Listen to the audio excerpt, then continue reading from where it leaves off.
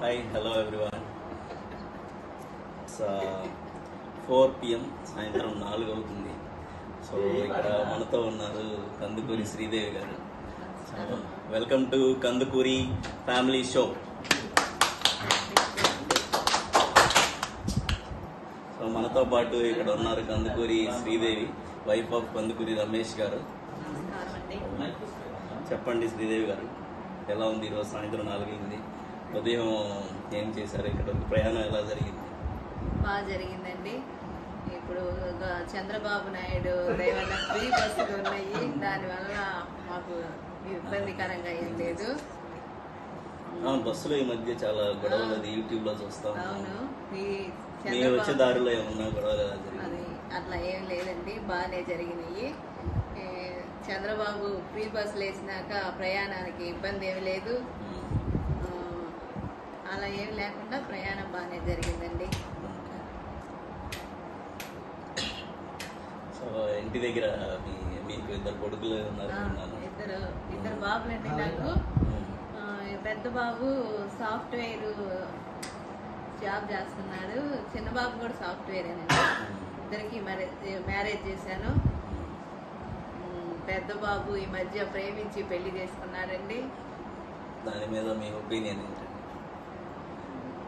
దాని మీద మీరు ఇష్టపడి చేశారా, లేదంటే ఏమన్నా ఇబ్బందులు జరిగినాయి ఉంటే మా మీడియా మిత్రులు కందుకూరి సాయి ప్రకాష్ కుమార్ కెమెరాను, సో వారితో మీరు షేర్ చేసుకోండి. కొంచెం చిన్న చిన్న ఇబ్బందులు అయితే జరిగినాయండి. ఇప్పుడు అవి నార్మల్గా ఉన్నాయి. ఇద్దరికి మ్యారేజ్ చేసాము, బాగానే ఉన్నారండి. మా కోడలు ప్రెగ్నెన్సీ ఇప్పుడు అంతా ఓకే అండి. ప్రేమ వివాహమైనా మేము పెద్దల అంగీకారంతో పెళ్లి చేసాము, అంతా ఓకే అండి, బాగానే ఉంది. ఇప్పుడు ప్రెగ్నెన్సీ మాకు చాలా సంతోషంగా ఉందండి.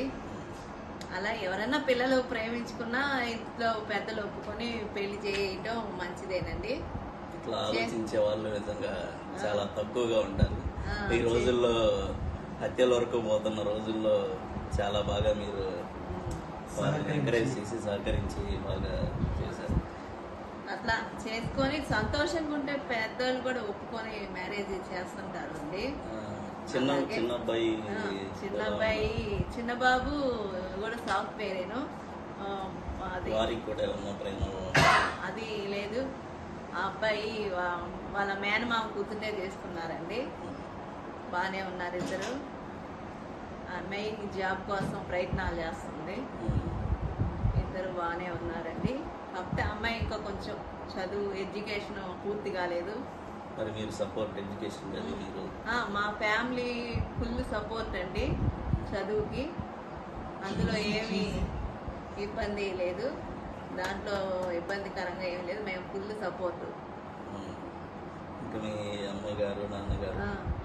మా అమ్మ, మేము 5 పిల్లలమండి. మా అమ్మ నాన్న